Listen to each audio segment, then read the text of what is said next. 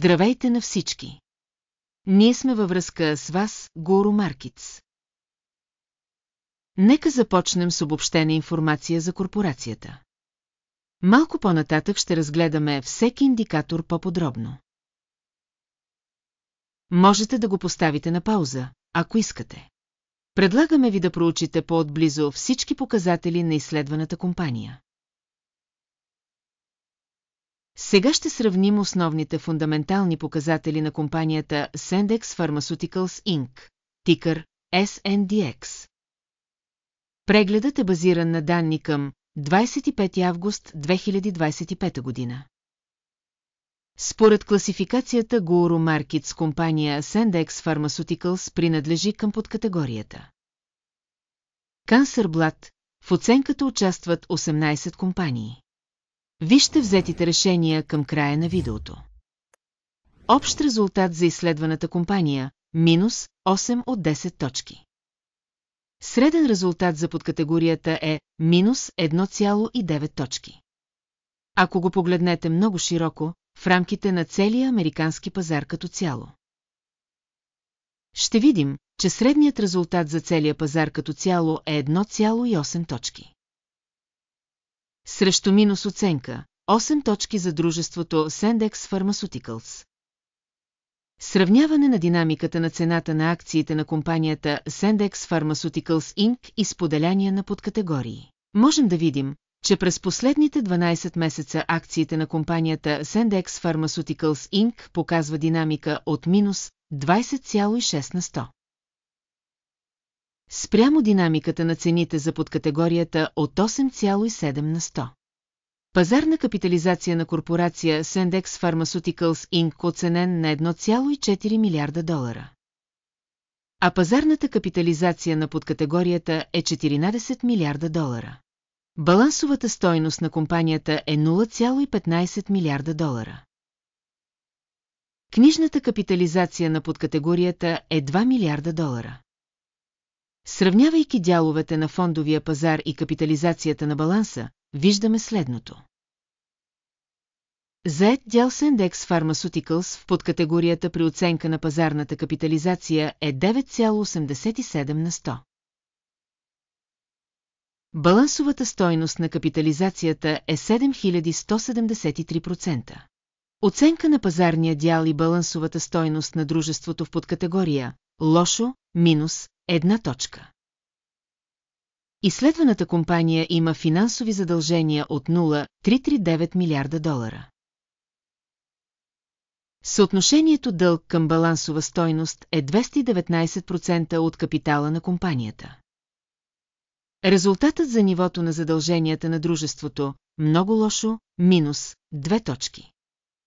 Съотношението на пазарната стойност на компанията към печалбата и кратко е 0. Със средна стойност за подкатегорията 0. Оценка на съотношението на борсовата стойност на компанията към нейната печалба в сравнение с компаниите в подкатегория много лошо, минус 2 точки. Печалбата за последните 12 месеца е минус $335 милиона.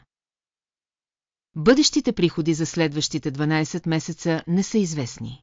Оценка на показателя за прогнозирана бъдеща печалба в сравнение с фирми от подкатегория лошо, минус 1 точка. Съотношението цена-продажба на компанията е 17,9. Среден за подкатегорията е 17,5.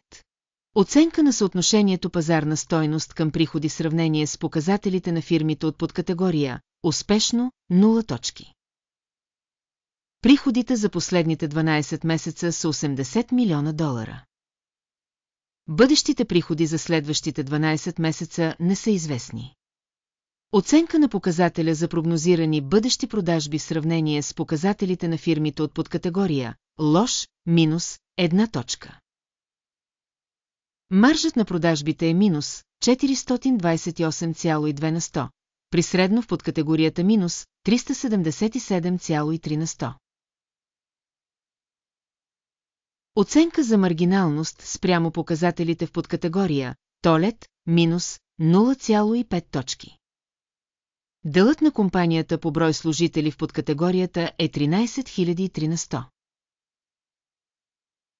Това е с 32% повече от дела на пазарната капитализация. Размерът на пазарния капитал на един служител на компанията е $5181 000. Докато за подкатегорията е $6826 000. Оценка на обема на капитала на служител спрямо показателите на фирмите от подкатегория добър 0,5 точки. Размерът на печалбата на един служител на компанията е минус $1240,4 000. Със средно за подкатегорията минус $1473,1 000. Оценка на печалбата на фирмата на един служител в сравнение с показателите на фирмите от подкатегория тоалетна минус 0,5 точки. Продажбите на компанията на служител са $289 000. В подкатегорията $390 000. Оценка на приходите на служител спрямо показателите в подкатегория тоалетна минус 0,5 точки. Акциите за продажба представляват 28,7% при средно 15,7% за подкатегорията. Технически индикатор RSI 14 показва ниво от 80% за компанията Sandex Pharmaceuticals Inc. Докато за подкатегорията нивото на RSI 14 е 53%. Действителната оценка на акциите на компанията е приблизително $1,625. Оценката на консенсусната цена за акциите на компанията е приблизително $3637. Нека да разгледаме таблицата за поръчки, тя е достъпна за вас, връзка в закачения коментар. Таблицата с поръчки съдържа абсолютно всички публично приети решения на референтната система за оценка на запасите през този сезон. Guru Markets. Достъпът до таблицата с поръчки е абсолютно безплатен и отворен. Линк в закачения коментар. В резултат на анализа на акциите на компанията Sandex Pharmaceuticals Inc. Информационно-справочна система за оценка на запасите Guru Markets се взема решение. Отворена поръчка за продажба на доларче 1624. Поръчката е отворена поради факта, че компанията има относително лоша оценка и ценова тенденция. Организацията беше оценена с помощта на модела за оценка индекс на Акима. Тейк печалбата е определена на 11,62. Стоп-лос е зададен на 20,86. В случай, че поръчката не е затворена чрез тейк печалба или стоп загуба.